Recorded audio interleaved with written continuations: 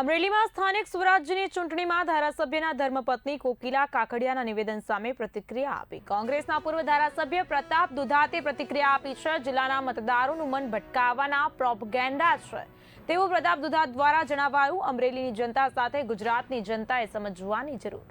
Bharatiya Janata party election આવે ત્યારે આવી નિવેદનબાજી કરી લોકોના મન ભટકાવી જાય છે, ત્યારે મતદારો તેના મન મક્કમ રાખે ને આપણને પડેલી મુશ્કેલીનો બદલો મતથી લઈ શકીએ છીએ તેવું પ્રતાપ દુધાતે જણાવ્યું.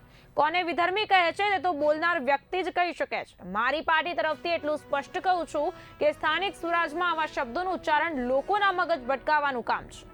લોકો મત આપવા જાય ત્યારે આપણી મુશ્કેલીઓને યાદ રાખે ને એ નિવેદનનો જવાબ કોકિલાબેન જ આપશે તેવું પ્રતાપ દુધાત દ્વારા નિવેદન આપવામાં આવ્યું.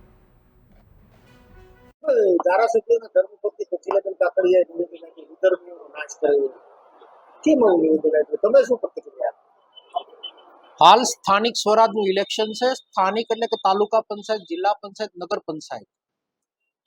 ધર્મ વિધર્મ આ શબ્દોથી 5 વર્ષમાં નિષ્ફળ શાસન અને પંચાયતી રાજની અંદર અધિકારી શાસન થયું છે.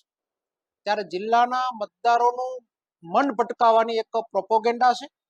આની અંદર આવ્યા વગર સ્થાનિક સ્વરાજના ઇલેક્શનમાં 5 વર્ષ સુધી સખત ભ્રષ્ટાચારો થયા. ત્યારે જાહેર જનતા એટલે કે અમરેલી જિલ્લાની જનતા સાથે ગુજરાતભરની જનતાએ સમજવાની